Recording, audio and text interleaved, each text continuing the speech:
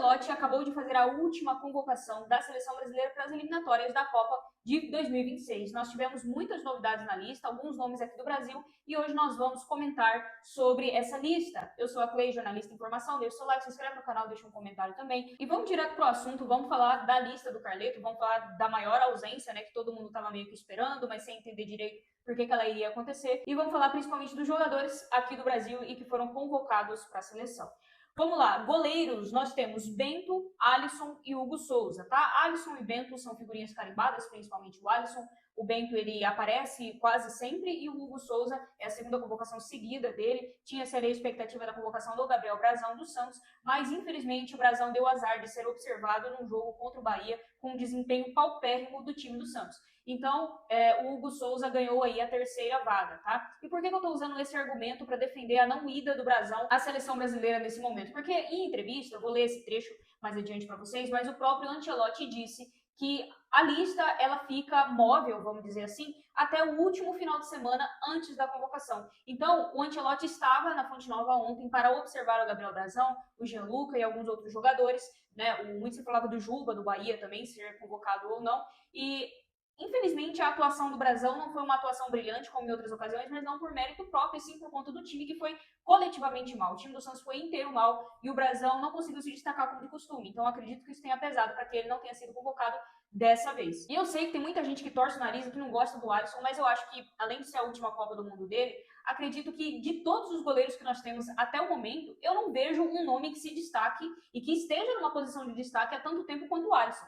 O Alisson ele é convocado muito pela sua experiência, por ser um goleiro de um dos Big Six da Premier League, né? Goleiro do Liverpool, goleiro que em 2019 foi eleito o melhor do mundo. Então, o Alisson ele tem um currículo que o respalda nessas convocações e que faz com que ele seja basicamente um nome garantido, né? Mais à frente, eu vou citar, inclusive, o que o Ancelotti disse em entrevista, de que por mais que essa lista ela tenha sido uma lista com nomes mais novos, ele precisa manter uma base. E o Alisson ele faz parte dessa base, por isso que não me surpreende nem um pouco e também nem me incomoda, porque eu tenho dificuldade de realmente achar um nome que seja melhor do que o Alisson nesse momento. Depois, na zaga, nós tivemos o Alexandre do Lille, o Marquinhos, o Fabrício Bruno e o Gabriel Magalhães. Aqui a gente tem a volta do Gabriel Magalhães, a gente tem o Fabrício Bruno, sendo aí o primeiro nome que joga aqui no Brasil, né, o zagueiro do Cruzeiro.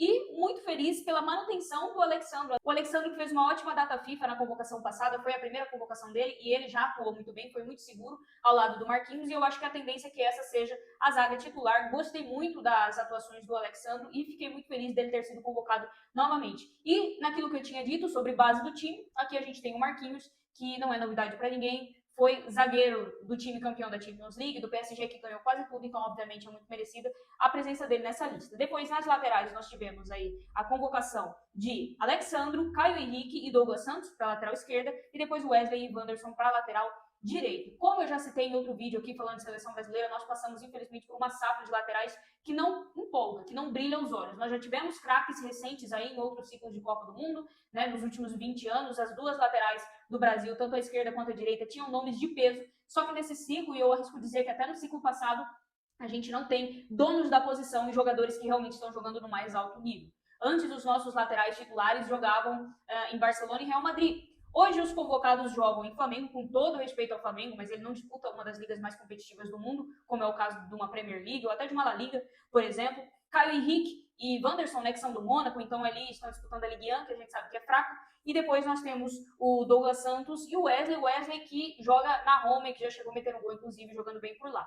Então, o que eu digo de nível de laterais é isso. Não é que eles sejam ruins, mas eles não são brilhantes, como a gente ficou mal acostumado em ver nos últimos anos.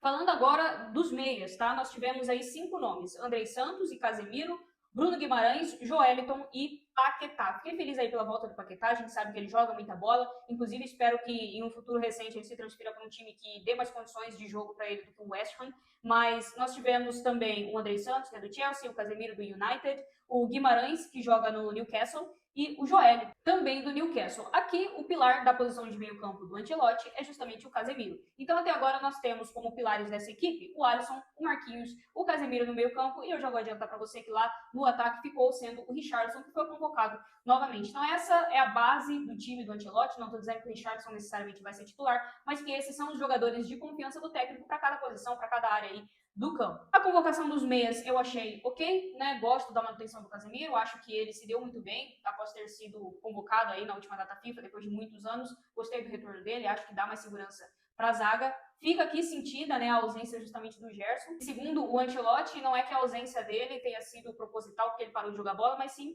porque essa lista em específico é uma lista com muitos jogadores que o Ancelotti ainda não conhece pessoalmente e que ele quer aproveitar essa data FIFA para conhecer mais jogadores. Então, a ausência do Gerson ainda não tem uma motivação direta com a transferência dele para a Rússia, até porque a gente vai ver mais à frente que lá no ataque nós temos um jogador do Zenit que foi convocado. Mas eu tendo a dizer que como o meio-campo do Brasil, principalmente ali na posição de camisa 8, é uma posição que você tem até bons nomes, eu não sei se o Gerson vai conseguir se manter na lista até a Copa do Mundo. E aí, por último, então, falando dos atacantes, nós tivemos ele, Luiz Henrique, companheiro do Gerson no Zenit. Rafinha, o Caio Jorge, muito merecida a convocação do Caio Jorge. Eu tenho falado aqui no canal, toda vez que eu falo de Cruzeiro, eu falo que o Caio Jorge merece realmente uma vaga na seleção, pelo menos ser levado aos jogos, e eu acho que isso é muito merecido para a carreira dele. Eu, como alguém que acompanhou o lançamento dele no Santos e depois a volta dele para o Brasil, e agora que ele está jogando muito bem pelo Cruzeiro, fico muito feliz pela convocação do Caio. Depois nós temos o Estevão, também merecidíssimo, sem contestações. O João Pedro, que finalmente foi convocado e que dessa vez não vai ter aquela chatice dizendo que, como que convoca o jogador do Brighton? Agora ele joga no Chelsea, continua jogando em alto nível e foi merecidamente convocado. O Martinelli, ponta esquerda do Arsenal, vai jogar de titular muito provavelmente porque o Vini Júnior não foi convocado. E depois Matheus Cunha, do United, e o Richarlison, do Tottenham. Então esses foram os nomes convocados. E agora falando das ausências mais sentidas dessa lista, o Vinícius Júnior cumpriria suspensão automática por cartão amarelo e depois não haveria necessidade dele ir à Bolívia e jogar na altitude. Então, por isso, não foi convocado, para que ele ganhe sequência em La Liga, já que a temporada lá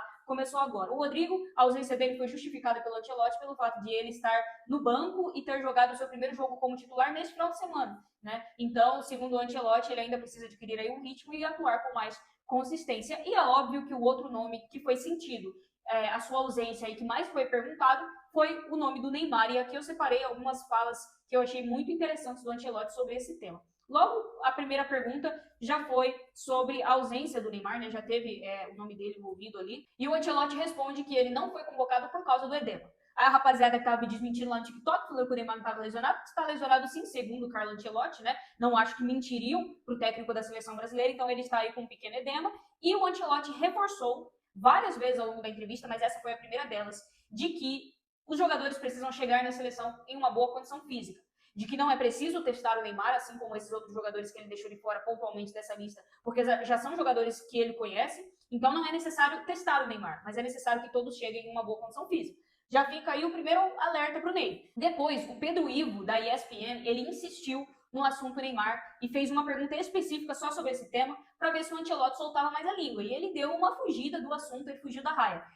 Ele respondeu que a lista ela é definida, como eu disse, no final de semana anterior à convocação. Tudo isso para evitar que a lista definitiva contenha nomes aí de jogadores que acabaram se lesionando e ele ter que trocar a lista aí de última hora, né? Eu imagino. Então ele não respondeu diretamente se o Neymar seria convocado se não fosse por essa lesão, mas ele deu a entender que a lista ela é móvel até o último minuto, justamente para que lesões na última semana antes da lista, como por exemplo essa do Neymar, não o peguem de surpresa. Fugiu um pouco da raia aqui, mas depois ele reforça a questão física. Ele deixou claro que todos os jogadores convocados para a seleção, ou que todos os jogadores que desejam ser convocados, precisam estar 100% e no melhor da sua capacidade física e que isso é inegociável por ele e pelo seu staff.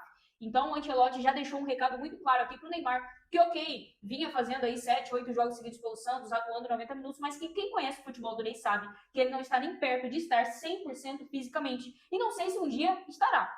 Não sei se para daqui a 10 meses na Copa do Mundo ele vai estar 100% fisicamente. Então isso pode vir a ser um problema. Não acho que o Ancelotti irá deixar de levá-lo caso ele consiga manter uma sequência e caso ele fique aí um bom período sem se lesionar. Vamos colocar aí que o Neymar vai ficar 6 meses antes da Copa do Mundo, então o ano que vem inteiro, né, até a Copa do Mundo. Vamos colocar que ele vai ficar sem se lesionar e jogando aí 80, 90 minutos por jogo.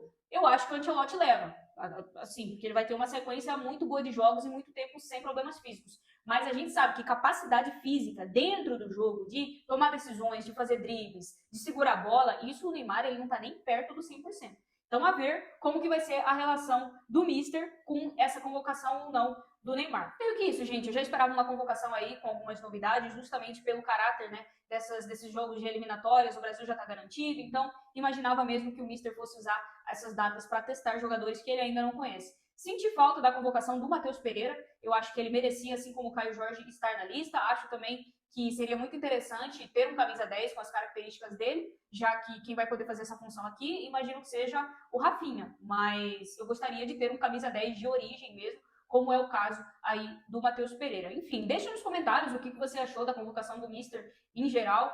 Achei muito bonitinho, inclusive, que ele na entrevista se esforçou muito para falar português, pedia, inclusive, que os jornalistas tentassem falar um pouco mais devagar para que ele compreendesse a pergunta e pudesse respondê-la em português. Então, mostra o quanto ele está esforçado e o quanto ele vê que esse é um trabalho a longo prazo, porque se ele quisesse ir embora da seleção brasileira amanhã, ele não faria o mínimo esforço para se habituar ao nosso idioma e à nossa cultura como um todo. Deixa nos comentários o que você achou da convocação, quem você achou que deveria ter ido e quem, na sua opinião, não merecia estar na lista, e eu te vejo no próximo vídeo. Tchau!